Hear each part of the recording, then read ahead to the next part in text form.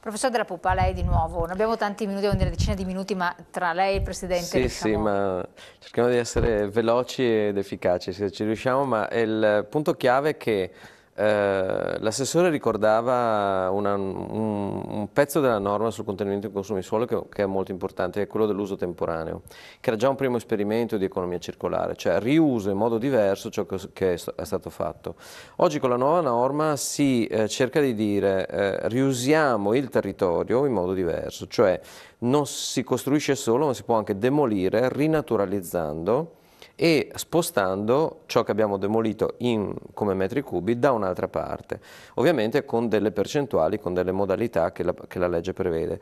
Noi dobbiamo considerare, appunto, ci sono già stati ricordati i 10.000 e passa capannoni, quasi 11.000 capannoni abbandonati e inutilizzati, dei quali 4.500 potrebbero essere demoliti rinaturalizzando il terreno, spostando quei metri cubi da altre parti, quindi dando opportunità in altri luoghi per la costruzione e le nostre analisi, ad esempio, farebbero sì che rinaturalizzando il territorio di questi 4.500 capannoni abbandonati, noi potremo come Regione Veneto scendere al di sotto la soglia del 12% di consumo di suolo.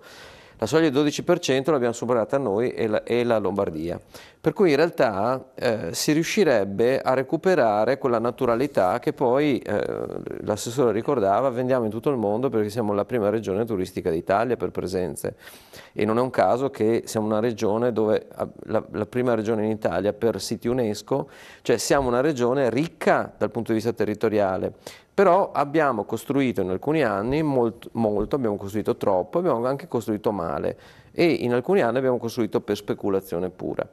Ora dobbiamo rimettere in moto questo meccanismo, riorganizzare il tutto e le norme in questo senso ci danno delle opportunità positive. Rispetto al vecchio piano casa non cambia sostanzialmente molto, ci sono delle percentuali un po' minori, diciamo si perde un 10-20% della quantità che il vecchio piano casa prevedeva dal punto di vista degli aumenti volumetrici, ma andando a utilizzare i crediti edilizi questa cosa si compensa. Il che vuol dire che in realtà io devo mettere in moto un meccanismo virtuoso ma anche intelligente, no? Adesso faccio un gioco di parole perché noi ci chiamiamo Smart Land e land è il territorio, il Veneto, smart vuol dire intelligente, ma fare del Veneto un vero territorio intelligente significa anche utilizzare nuovi meccanismi. E questi nuovi meccanismi non è che sono nuovi, diciamo, in tutto e per tutto, perché già il Presidente Bassani ricordava che in realtà il credito edilizio già si usa, solo che si è usato sporadicamente. Quindi diventare sistematico. Farlo diventare sistematico vuol dire mettere proprio un motore virtuoso alla base dell'urbanizzazione, che non è più l'urbanizzazione espansiva, ma è un'urbanizzazione intelligente che rimette mano al costruito. Ed è quello che dobbiamo fare, proprio per lasciare ai nostri figli un territorio migliore di quello che abbiamo trovato. Vivibile soprattutto. Presidente, certo. Questo darebbe respiro a voi come categoria, in primis, anche ad altri ambiti. Sì, a tutto l'ambito che riguarda l'edilizia. Il settore casa è trainante per tantissimi ambiti, dall'arredamento all'infisso, all'infrastruttura vera e propria, agli esterni, al giardinaggio, ma per fare il consiglio degli acquisti, cioè quando uno ha l'edificio deve andare in comune. Purtroppo, deve attivarsi e vedere questo edificio, è incongruo o non è incongruo? Se non è incongruo, per quale motivo?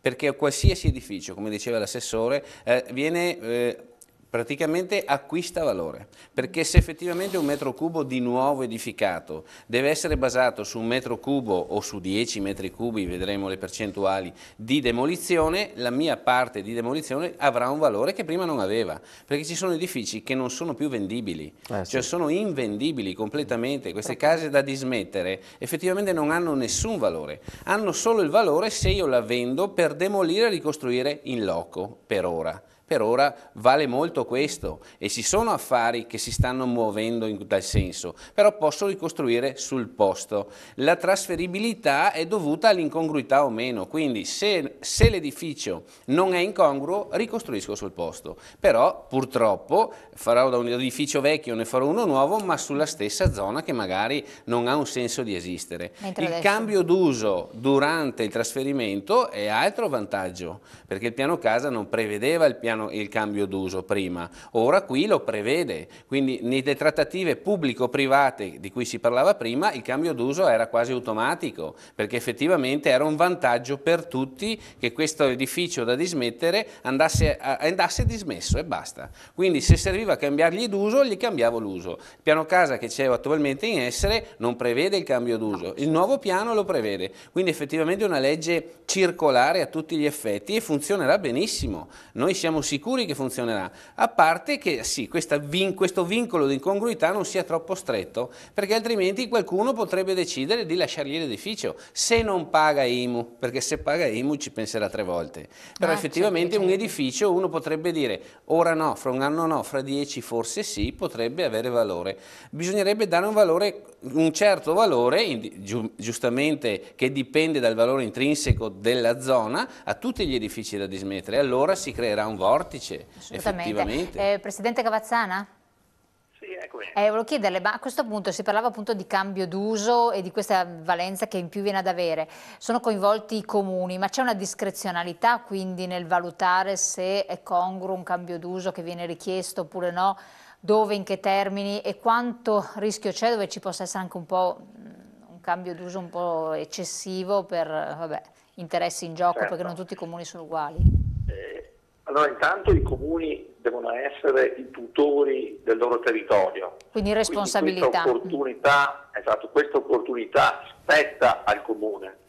Una cosa è certa, l'urbanistica tradizionale, quella dei retini, dove avevamo la zona industriale, il centro storico, l'abitato concentrato e così via, sta perdendo smalto.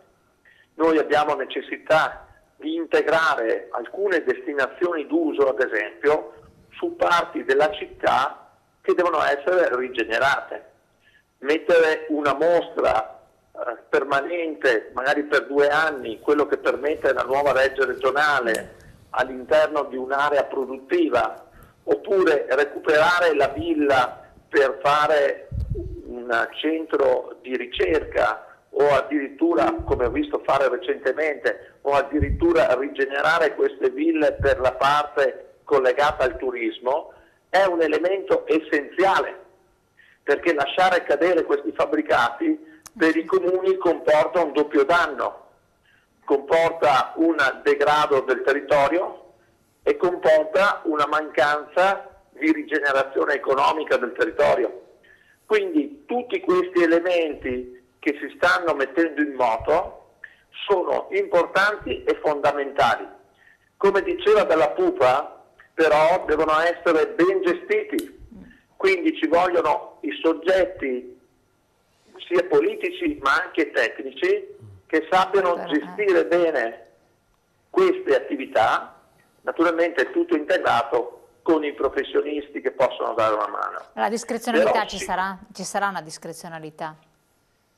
Una discrezionalità è sempre legata alla norma, cioè le norme sono strumenti, la capacità che hanno i comuni è quella di tradurre la norma in una risorsa. Sicuramente rispetto a prima siamo in una condizione in cui il comune può esprimersi in maniera più ampia, anche perché il mercato oggi è profondamente trasformato. Gli stessi lavori, tenete presente, quelli odierni, tra 20 anni il 60% non saranno più presenti. Quindi noi abbiamo necessità di trasformare il nostro territorio anche in funzione di quello che sta accadendo. Altrimenti rischiamo di avere una metodologia e un pensiero bloccato nel tempo che poi non si traduce nel territorio. Questa è una cosa molto importante, per cui questa versatilità, queste occasioni, queste opportunità aprono nuovi orizzonti per gestire il territorio in maniera più precisa ed approfondita. Assolutamente, grazie Presidente. Posso chiedere? Sì. Effettivamente possiamo pensare che magari non in un immediato futuro, ma in futuro questa trasferibilità sarà possibile tra comuni? cioè che la legge regionale sia talmente ambiziosa È già da possibile. regolare l'intera regione sulla trasferibilità, perché effettivamente l'ambito comunale diventa un po' stretto in certi casi. Certo, c'è un comune. Sentiamo cosa dice il Presidente Cavazzana e poi l'assessore, ovviamente. Guardi, allora, da un certo punto di vista, questa integrazione tra comuni è già stata introdotta dall'urbanistica degli ultimi 10 anni, 10-15 anni. Mi faccio riferimento ai famosi patti sovraterritoriali.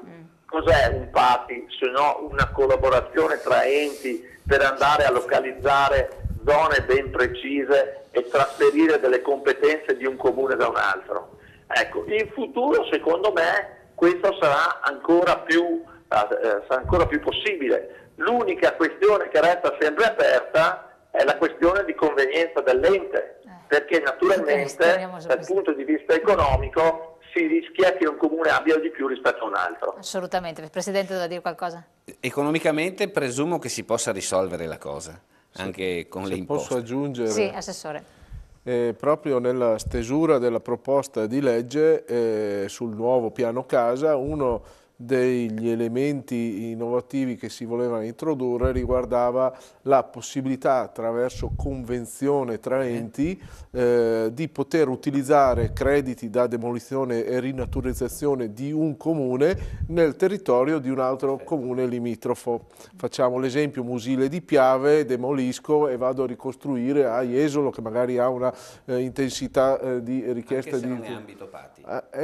Questo però è un aspetto che è in fase di approfondimento. Però bisogna che Jesolo e Musile di Piave della tra di loro stabiliscano una convenzione e naturalmente si stabilisca a fronte di un demolito 10 qui quanto posso ricostruire, come e dove nell'altro comune, con dei parametri ben precisi naturalmente. Non è che si possa arrivare al paradosso di demolire in area magari agricola un vecchio capannone per allevamento avicolo di migliaia di metri quadri e riportare la stessa metratura in un'area a fronte mare, per esempio. Ecco. C'è la legge speciale per cui entriamo in un ambito delicato di Venezia, zona di Porto Marghera, sì. Zona vabbè, che conosciamo tutti.